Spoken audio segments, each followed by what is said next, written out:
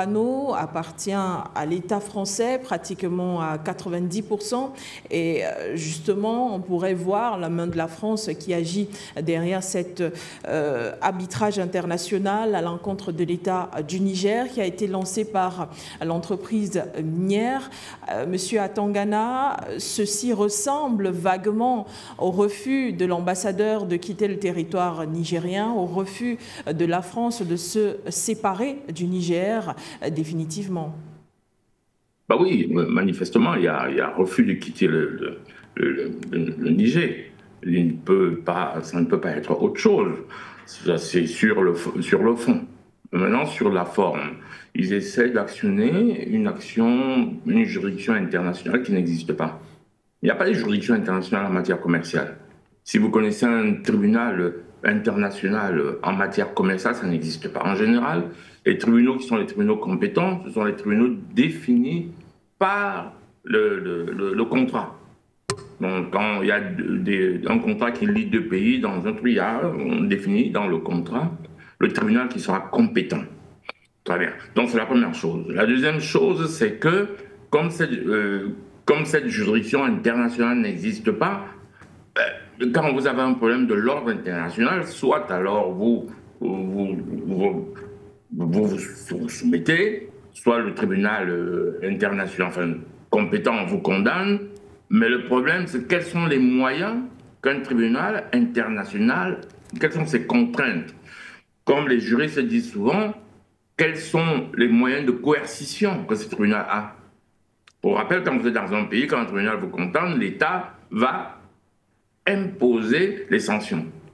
Mais quand vous avez le tribunal du commerce de Paris et que vous êtes nigérien et qui prend sa décision, soit vous voulez, soit, si ça vous intéresse, vous écoutez, si ça ne vous intéresse pas, vous n'écoutez pas. En réalité, ce genre de problème se règle à la violence. C'est ce que beaucoup d'Africains ne comprennent pas. C'est-à-dire que les Africains pensent qu'il y a un Dieu international qui serait Dieu de la démocratie et qui ferait que ça se passe bien. Les rapports internationaux se règlent à la violence. Et ça a fait des siècles de guerre. Je parle des siècles de guerre depuis les guerres prussiennes, enfin, on ne va pas aller 2000 ans avant Jésus-Christ. Les guerres au niveau de l'Égypte entière, comment l'Égypte entière a été détruite.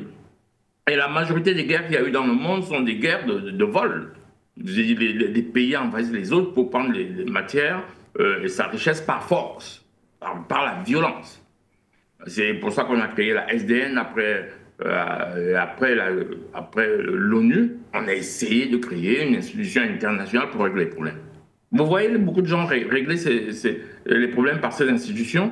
Non. Vous avez en revanche les pays otaniens qui ont estimé que c'est leur arme. C'est-à-dire que les institutions internationales qui étaient supposées régler les problèmes pour qu'il n'y ait pas de guerre, ils se sont accaparés de ces institutions, ils les ont caporalisées et c'est devenu leur arme. Exemple, vous connaissez le tribunal international vis-à-vis duquel la Russie est allée se plaindre du gel de ses avoirs en violation du droit de la propriété. Vous savez, c'est-à-dire que je décide de façon unilatérale de prendre ce qui t'appartient. C'est ça qu'on appelle, quand on dit gel des avoirs de la Russie, ça veut dire que les comptes russes aux États-Unis libellés en dollars, c'est-à-dire que l'argent qu'il a gagné en vous vendant n'importe quoi, cet argent qu'il a décidé de garder ça en réserve de devises. Donc forcément, c'est sur les comptes il ouvre un compte aux États-Unis, bêtement, et il met son argent là-dedans. C'est ça qu'on appelle les avoirs d'un pays en devises. Enfin, pour les pays normaux. Pour nous, en zone CFA, nos avoirs, c'est ce que nous avons déposé au Trésor français. C'est là où on dépose nos devises. Allez savoir pourquoi, je ne sais pas. Bon, il paraît que papa, la France, est plus intelligent que nous.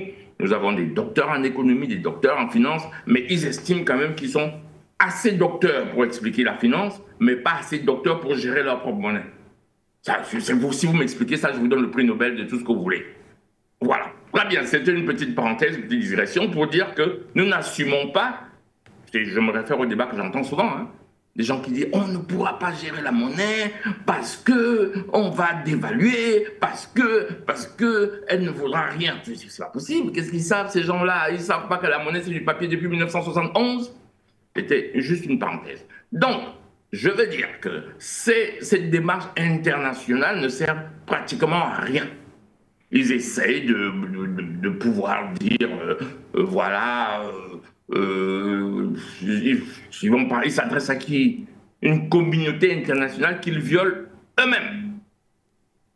Voilà, si vous savez où la Libye a porté plainte pour avoir été bombardée, détruite, vous me montrez. Si vous savez où l'Irak a porté plainte pour avoir été détruite totalement, vous me montrez. En réalité, c'est un machin qu'ils essaient de faire marcher avec les pays africains. Ah oui, nous ne sommes pas d'accord et nous allons porter plainte dans des institutions internationales. Mais enfin, même quand ils signent les traités, quand ils ratifient, personne ne les attrape. Je veux dire que même quand ils ratifient les traités internationaux, très souvent, ils ne les ratifient pas. Le tribunal criminel spécial, il y a beaucoup de pays qui les ont signés, mais qui n'ont pas ratifié, d'autres n'ont même pas signé. Alors, en quoi c'est international? On aboutit à la bêtise selon laquelle, dans certains tribunaux internationaux, on n'y trouve que les Africains. Parce que ce n'est pas fait pour juger les autres, les Otaniens, on appelle les Otaniens. Donc voilà, donc c'est une course en avant, ils ont perdu et ils essaient moi j'appelle ça une gesticulation. Mais attention, gesticulation, pendant ce temps, ils se préparent toujours à attaquer militairement. Et l'une des forces que le Niger a aujourd'hui, je l'avais dit depuis, d'ailleurs, ça a fait école. À l'époque, ils n'auraient pas fait tout ça. Ils auraient juste bombardé le palais du Niger. OK. À la ligne. Et le reste aurait été de la littérature. Voilà, je sors par là.